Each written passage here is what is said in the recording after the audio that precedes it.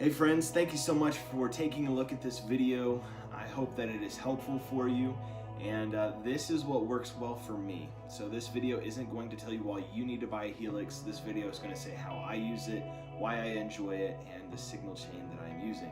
I'll be using a friend's 2010 Les Paul with P90s in it, Gibson. It's fantastic. A G10 relay, which I just got and love, and this is my signal chain. So as you can tell from this photo, I've got a few things that are always on. That is my amp, which is an AC15, and I'm using a stock cab. I use IR, Live Ready Sound, Own Hammer, fantastic. But I simply, for this patch, am using a 2x12 G25 speakers with mic'd up with a 160 ribbon, and then the high cut is at 10 kilohertz and the low cut is at 880 hertz. Sorry. Alex Strabola, who is a fantastic guy, who is really great with the Helix, he recommended it. I didn't really understand how to use cuts, and this has just made the sound great. So the only thing that is on besides the amps, obviously, is an LA Studio compressor. I love that, and the noise floor that I've noticed on that is much lower than like the Kinky Comp, which is an SP compressor. Now on my analog or my digital outboard geared board, whatever you'd like to call it, I found that the SP compressor works really well for me, but in the Helix, the LA Studio Comp is what I enjoy the most. And then I've got this plate reverb always on. This is my clean tone with the bridge. Here we go.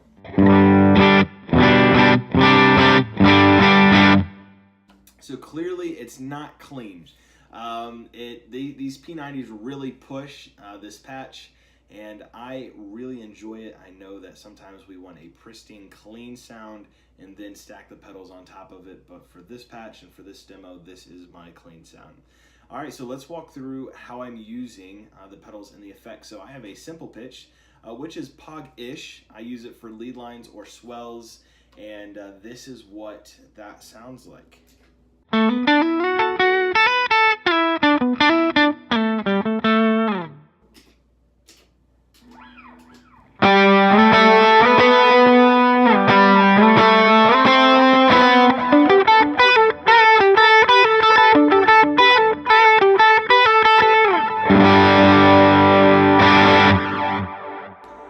So it's not an effect that's really prominent. I've noticed that the highs on it are very harsh, and so I've dialed it back and it's really not noticeable, but that's how I use it. I use it for lead lines, and I use it sparingly, I shall say. It's not an always on or a frequently used effect for me, but it is there if I do want to use it. All right, so after the compressor, it goes to the Klon, and I love the Klon. It's called the Centaur in the Helix, and I've never owned a Klon personally, but the sound with the Helix is just fantastic. So this is what that sounds like.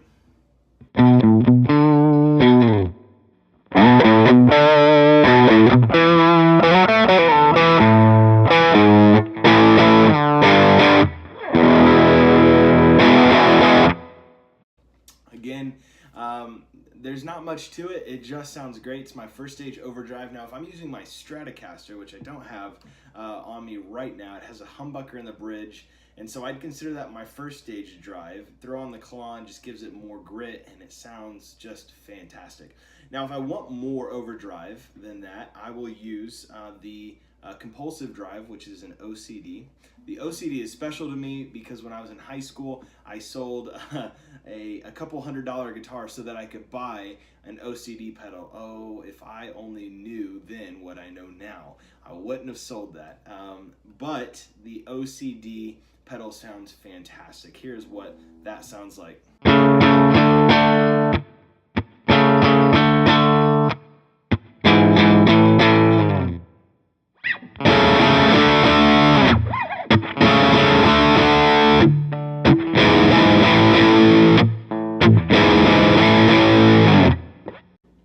If I want more grit and more dirt, I'll throw the Klon on in front of it, and it gives me a nice overdrive sound. So this is with some delay and some reverb, but this is the most gain that I can get.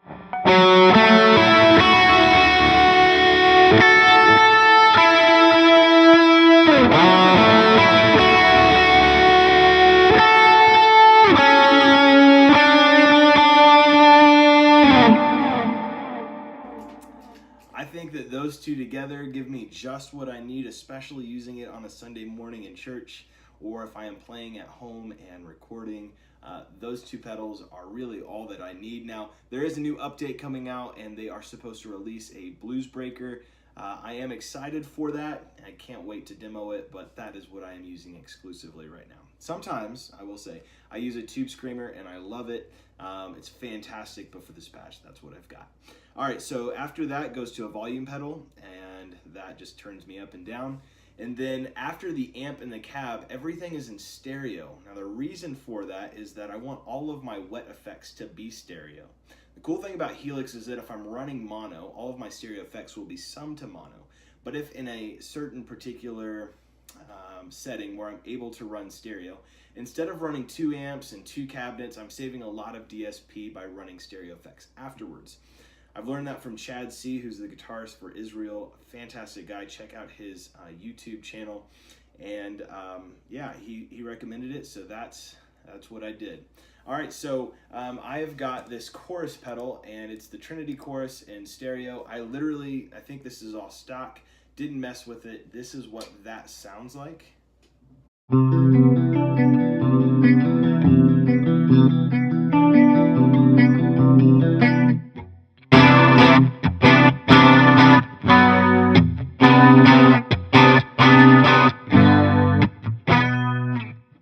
Sorry about that last note.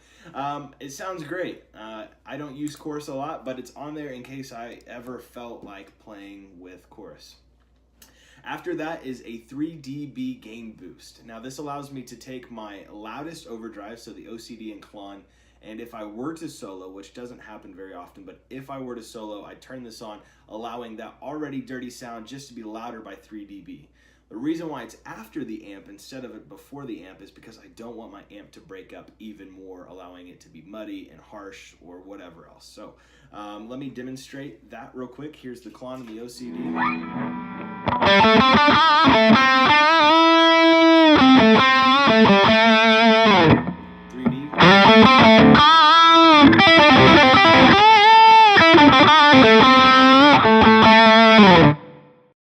So it just makes me louder. Here's the clean tone, so you can tell that it's not breaking up the amp even more, it's just making it louder. It tells you that I'm also out of tune, so be right back. All right, so here is the clean sound with the 3 dB boost on, just to show you that it's not breaking up the amp even more.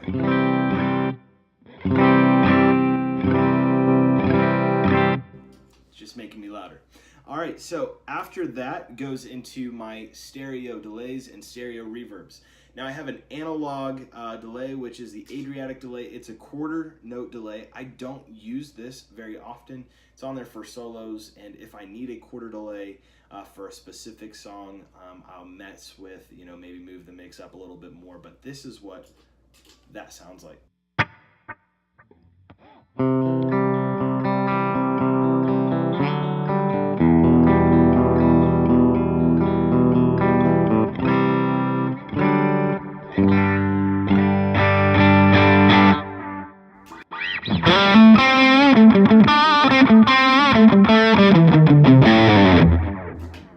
Great.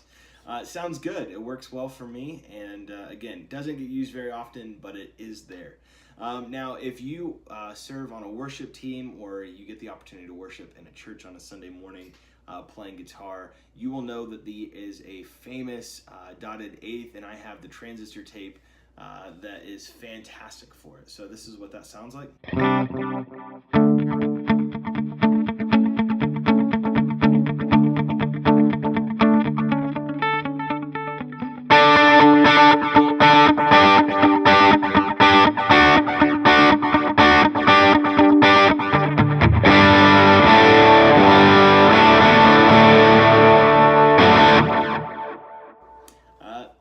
It works well. I enjoy it. If I wanted to slow it down a little bit, I can, and then throw on the 1/4 and the dotted eighth, and this is what that sounds like.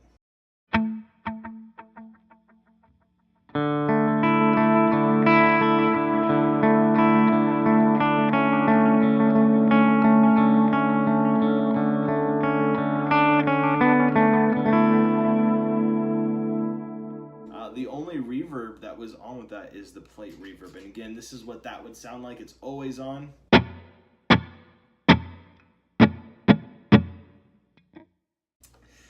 I have two glitz reverbs after the plate. Now it's interesting to say that when Line 6 came out with these new reverbs, maybe they were trying to get in the same territory as Strymon or the Boss RV5. I think it's interesting to just point out that when Line 6 created their reverbs, they probably weren't saying, how can we sound exactly like Strymon? They want to make their mark for their own sounds, and so while it can get in the same territory, it isn't the same thing, and I think that's important to point out. But we should appreciate the uniqueness of the reverb. So I'm using the glitz. It works fantastic. When I created this medium reverb for me, I was thinking of Vertical Church or Vertical Worship and their song Strong God. So here is what my medium reverb sounds like, the glitz.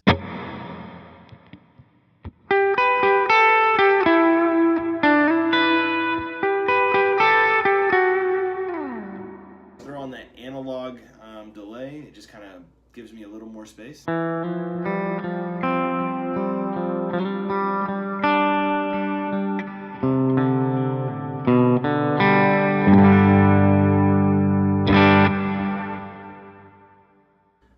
And then we've got the big verb, and this is used mainly for swells as well. I don't like playing with a lot of reverb on a Sunday morning, especially if we have two pianists and one of them are playing pads. It can just get lost in the mix. But this is what that sounds like. So as you can tell, it's a longer reverb, it's a wetter reverb, and this is what that sounds like.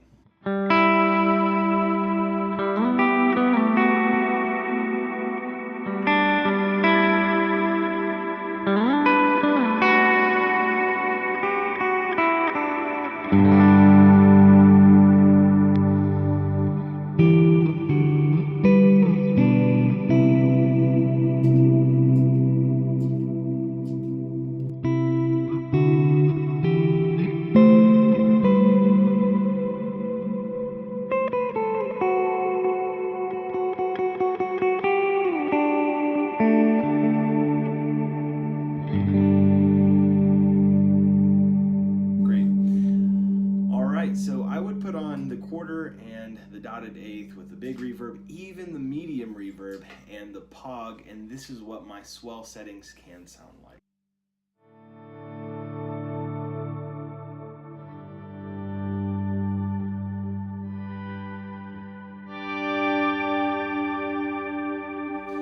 Again, I don't always use the pog. I think it can be overused, especially in swells, so this is what it sounds like without it.